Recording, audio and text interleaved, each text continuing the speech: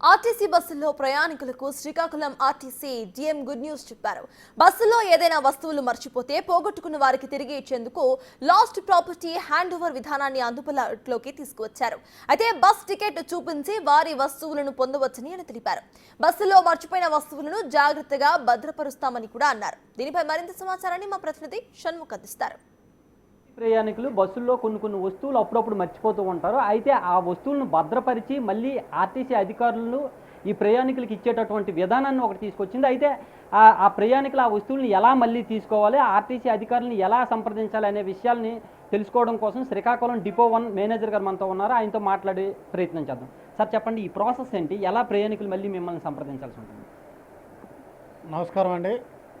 ఇప్పుడు బస్సుల్లో ఎవరైనా ప్రయాణికులు ఏదైనా ఒక వస్తువు కానీ వాళ్ళ తాలూకా లగేజెస్ కానీ మర్చిపోతే మా సిబ్బంది ఆ సర్వీసు పూర్తయిన తర్వాత అటువంటి వస్తువులు ఏమైనా బస్సుల్లో ఉంటే వాటిని సంబంధిత డిపోలకు తెచ్చి అక్కడ డిపోలో ఎర్నింగ్ సెక్షన్లో అందజేయడం జరుగుతుందని వాటిని మేము ఒక రికార్డు లాస్ట్ ప్రాపర్టీ రిజిస్టర్ అని ఉంటుంది, దాంట్లో నమోదు చేసి ఆ వివరాలన్నీ పొందుపరిచి ఆ ఏమైతే వస్తువులు ఉంటాయో వాటిలో అవన్నీ లిస్ట్ అవుట్ చేసి జాగ్రత్తగా మేము అవి స్టోరేజ్ చేయడం జరుగుతుంది. అయితే తదుపరి ఎవరైనా ప్రయాణికులు మా సంబంధిత డిపో మేనేజర్లు కానీ అసిస్టెంట్ మేనేజర్లు కానీ కాంటాక్ట్ చేసి సరైన ఆధారాలతో మా దగ్గరికి వస్తే వాటిని మేము వారికి సరైన ఆధారాలు చూపించినట్లయితే వెంటనే వాటిని ఆ రిజిస్టర్లో వారి దగ్గర అక్నాలెడ్జ్మెంట్ తీసుకొని మళ్ళీ వాళ్ళకి అందజేయడం జరుగుతుంది. ఒకవేళ ఎవరైనా సరే వాటిని క్లెయిమ్ చేయకపోతే ఆ నిర్ణీత పీరియడ్ అయిన తర్వాత వాటిని మేము ఆక్షన్ వేసి ఆ స్టోరేజ్ ఛార్జెస్ మినహాయించుకొని మిగతా అమౌంట్ని మేము ట్రెజరీకి జమ చేయడం జరుగుతుందండి. ఇది ఓవరాల్గా ప్రాసెస్. ఇది అన్ని డిపోల్లో కూడా ఈ సదుపాయం ఉంది. ఈ జిల్లాలో అయితే పలాస, టెక్కలి, శ్రీకాకుళం 1 and 2 డిపోల్లో ఈ సదుపాయం ఉంది. ఎంత వాల్యుబుల్ ఐటమ్స్ అయినా మా సిబ్బందికి దొరికినట్లయితే మాత్రం మాకు హ్యాండ్ ఓవర్ చేస్తారు.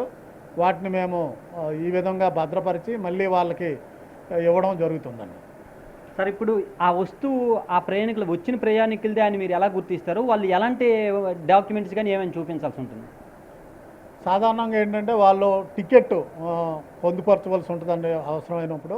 లేని పక్షంలో ఒక్కొక్కసారి కొంతమంది టికెట్లు పారవేసుకోవడం జరుగుతుంది. కాబట్టి ఆ సిబ్బందిని కూడా మేము అక్కడ హాజరుపరిచి వీళ్ళే ప్రయాణికులు అనేది ఒకటి సర్టిఫై చేయించుకోవడం, తర్వాత ఆధార్ కార్డు తీసుకోవడం జరుగుతుంది. అలాగే విట్నెస్లను కూడా తీసుకొని కంపల్సరీ మేము అన్నీ వెరిఫై చేసిన తర్వాతనే ఆ వస్తువులు వాళ్ళకి అందజేయడం జరుగుతుందండి. అంటే మరి ఒక 10 రోజులు కావచ్చు, 15 రోజులు కావచ్చు, అది వచ్చినంత వరకు వాటిని భద్రపరుస్తూ ఉంటారు. వాటికి ఏమైనా సరే మీరు ఛార్జెస్ ఏమైనా పే చేస్తారా? అంటే మేము స్టోరేజ్ ఛార్జెస్ మాత్రమే తీసుకుంటామండి. ఎక్కువ మాత్రమే ఉండదు. రోజుకి రూపాయి అది ఉంటుంది సాధారణ ఛార్జీలని. ఒకవేళ అటువంటి వస్తువులు ఏమైనా పెరిషబుల్ అయితే మాత్రం, సపోజ్ కూరగాయలు కానీ పండ్లు కానీ అయితే అవి 24 hours తర్వాతే మేము వాటిని ఆక్షన్ వేయవలసి ఉంటుంది. ఎందుకంటే అవి ఎక్కువ కాలం స్టోరేజ్ చేయడానికి అవ్వదు. కాబట్టి వాటిని మాత్రం మేము వెంటనే ఆక్షన్ వేయడం జరుగుతుంది. ఓవరాల్గా ఈ వేలం వేయడానికి ఎన్ని రోజుల పాటు భద్రపరుస్తారు? ఒక లిమిట్ ఏమైనా ఉంటుందా, లేకపోతే ఇంకా నిత్యం అలా వచ్చేటంత వరకు భద్రపరుస్తారా? సాధారణంగా ప్రతి నెలలో కూడా మేము ఒకసారి ఆక్షన్ వేస్తుంటాం. అయితే ఒక్కొక్కసారి తక్కువ ఐటమ్స్ ఉంటే మాత్రం అది ఒక్కొక్కసారి 2 నెలలు కూడా జరిగే అవకాశం ఉంది. అది ఆర్టీసీ ప్రయాణికులు ఎవరైనా సరే వాళ్ళ వస్తువులు మర్చిపోయినట్టయితే మాత్రం వాళ్ళు మళ్ళీ తిరిగి మమ్మల్ని సంప్రదించారంటే వాళ్ళ వస్తువులు అది కూడా బస్సులో ఖచ్చితంగా మర్చిపోతే ఆ వస్తువులు బస్సులో ఉంటేనే మాత్రమే మేము వాటిని జాగ్రత్తగా భద్రపరుస్తాం. వాళ్ళు మమ్మల్ని ఆశ్రయించారని అంటే వాటిని మళ్ళీ ఆ టికెట్ కావచ్చు, లేదంటే ఆధార్ కార్డు కావచ్చు, ఇటువంటివి ఏవైనా సరే చూపించామంటే వాటిని వెరిఫై చేసుకొని మళ్ళీ వాళ్ళ వస్తువులు వాళ్ళకి ఇస్తామని చెప్పి అధికారులు చెప్తున్నారు. కెమెరామెన్ నాగరాజుతో షణ్ముఖ్, బిగ్ టీవీ, శ్రీకాకుళం.